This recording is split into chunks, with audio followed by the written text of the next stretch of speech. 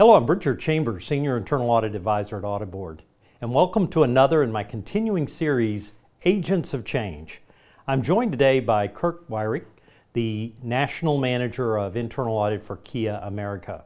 He's the CAE there. Kurt has responsibility for corporate dealership and vendor audits and is leading the transformation of the Kia internal audit team into a world-class innovative audit organization. Kurt has more than 20 years experience in internal audit and finance, including 11 years with the Ford Motor Company. Kurt, welcome.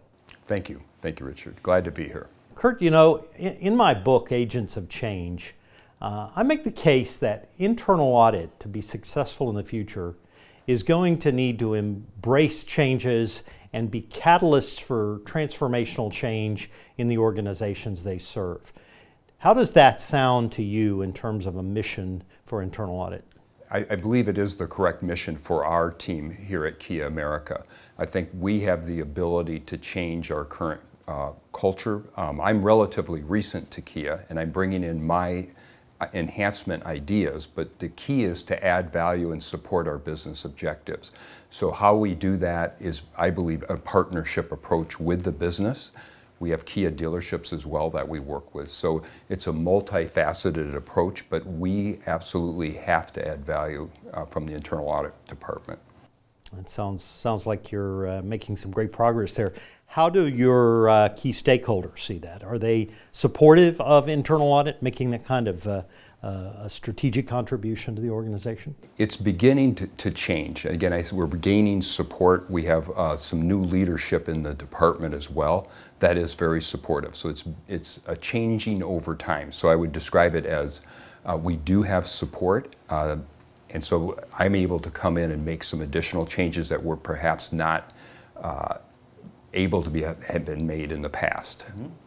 Well, you know, these last 2+ years have represented some massive disruption and a heightened, complex risk landscape unlike anything that we've ever seen in the internal audit profession. How can organizations ensure that their internal audit functions are identifying, monitoring, and mitigating the kind of risks that can seemingly materialize overnight and undermine an organization's success?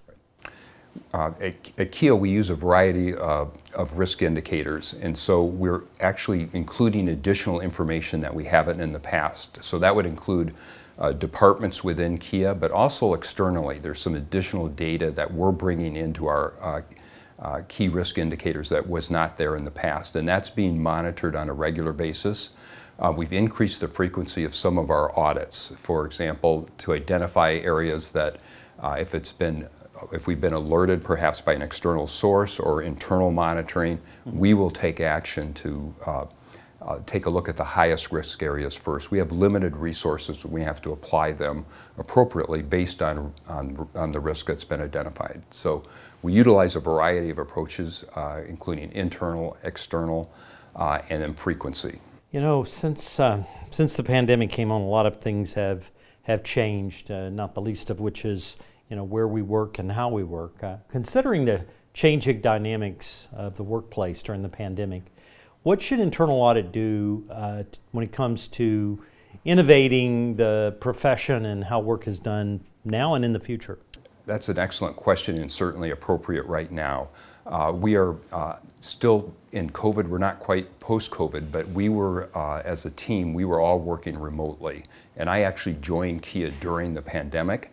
And so that has been a very, very challenging role to come in during a pandemic and not have the opportunity to meet my team directly. So it was all via remote video conferencing and things of that nature. So we've used technology to address that.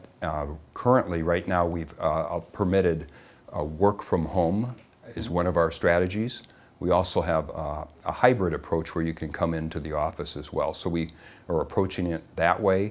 The other is during the pandemic, we actually did our audits fully remotely. And in the past, we were always on site. Right. Currently, we're adjusting back to an on-site audit approach. But again, it's literally been a transformation of the department about how we do business during a pandemic. And it's just been, for example, inventory at a dealership is challenging when you're not on site. Yeah. I would think. You know, you mentioned, and I think we actually spoke for the first time right after you'd come on board, and that's right. And you were still trying to figure out how you were going to be able to navigate into that role, Yes. having come there and at a time when everything was remote. Right. You've obviously done a tremendous job of acclimating to the role and figuring out what strategies need to be implemented. When it comes to talent strategies, are there other things other than the remote working that you've had to address as a CAE? I believe talent management is key, and I think everything boils down to people. We talk about audit in terms of skill sets and so forth. It really is your people, is the talent. So that's the key. In terms of retaining them, I would describe it as I do one-on-ones now. So I ask my team members to come in, and we're actually meeting in person. In the past, during the pandemic, it was 100% remote, so we never actually had in-person meetings. Now we're moving back towards that, and I believe it's an excellent way to develop rapport and communication with your team. I believe also that how you approach things matters. So what I mean by that is we are a team. At Kia, we are a team. We all have to work together as we develop that teamwork. It's when you can count on your coworkers to perform and you know that they have your back, I think it's much more likely you're going to retain that talent. Mm-hmm. But it is a challenging role as a CAE to retain talent and attract it, but it's an ongoing challenge. Mm-hmm.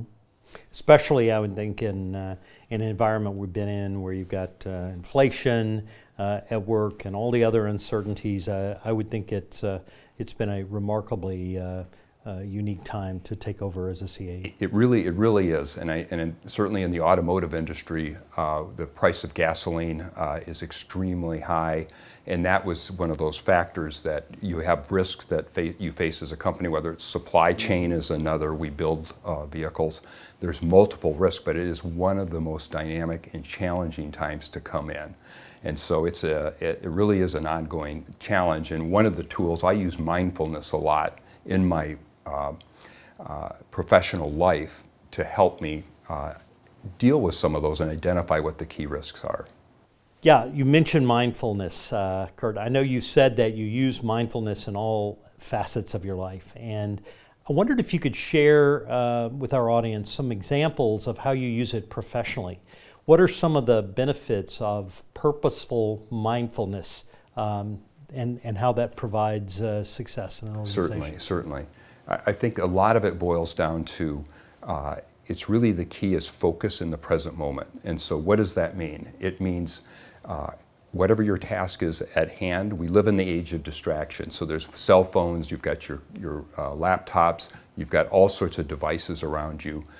We live in that age. And so how is it that you bring yourself to focus on, for example, if you're interviewing a top executive, you're focusing on that. And I think one of the ways you can prepare for that is, in terms of professionally, is for example, is breath work. So you can focus on your breath, literally bringing yourself to that present moment. For example, counting your breaths. And again, it's not out loud. It's something that you're doing as a professional to retain that balance and focus on what it is, what your task is. So I think there's a lot of benefits to this. I think you generate additional creativity, you generate innovation, and also I would describe it as you have a presence. I describe it as executive presence, and leaders are those that have the ability to stay within if you have a hurricane, there's always the eye of the hurricane that's calm. You can find that place. Mm-hmm. And that's what I mean by that is internal audit, as we all know, is a stressful position, and there's many dynamics that come in, different components. Sometimes it's the perfect storm and you come into that, and how you manage that, how you respond to that is key, and using mindfulness allows you to handle it in a professional manner, and it certainly helps the organization. You're a leader, it helps your team. You lead by example. So for me, it's a combination of leading by example to show it can be done. Mm-hmm. So it sounds like it's maybe a matter of bringing your physical body into the moment so that you're better enabled or better prepared to deal with the business purpose of the moment. That's right. That's right. And I think the other advantage that is related to this is intention. So I believe if you set an intention, what is the intention of this audit meeting? What do I hope to accomplish? Mm-hmm. And having a goal and working towards it is the professional approach. And if you go into a meeting and you don't necessarily have an intention or a goal, those are the ones that can go less than perhaps sideways, is how I would describe it. So when you have an intention and you're focused, you're representing yourself, you're representing the company, you're representing the profession in a manner that is what a leader would do, right? You know, we see a lot of change happening macroeconomically now. We've gone from talking about how worrisome inflation is to now we're starting to think about recession. And one of the things that I'm already seeing on the horizon is that maybe next year internal audit departments will not be getting the kind of resources added to their coffers that they have in the past. And yet the risks aren't going away. They're getting more complex, if anything. So I often talk about capacity multipliers, things that can be done internally with the resources you have to help you enhance capacity to deal with the challenges. So one of the most powerful capacity multipliers is obviously technology. Are there things that you have done or hope to do with technology that will enhance the capacity of your department? Yes, that's one of our key inflection points, and I think we are pivoting on how we do business. We're moving away from a manual process of spreadsheets and share drives. We're moving towards an automated system. We've chosen AuditBoard Ops Audit as our module to develop, and we're using this not only as a tool, but to think about all of our audit processes. We've been doing this a certain manner for a long time. Let's think about that as we build out the system. Should we be continuing this? Is there a different way that we can do this? Is there a way that we can enhance it? So it's really, the technology is going to permit us to work remotely. We're a national organization, so we're all over. And it'll allow me as a CAE to observe how a particular audit is going in a particular location. So there's a lot of benefit, as well as reporting out. We have real-time reporting once we get the system implemented. But that is a key component of leveraging our team to be more effective. You know, Kurt, I get asked a lot in my position to kind of give my view on what the future might look like for internal audit. And so if I ask you to take out your crystal ball and look ahead in the next 10 years, what are some things that you at least hope to see in internal audit in general, maybe in your team in particular? There's one that definitely impacts, I believe, every audit department, and that's the speed of change. How rapid things have changed within, for example, the past 2 years. How is that going to look like in 10 years? How do we respond to that is important. So I think the key to this is having a vision for the department. I think you have to recognize that, first of all, change is going to happen.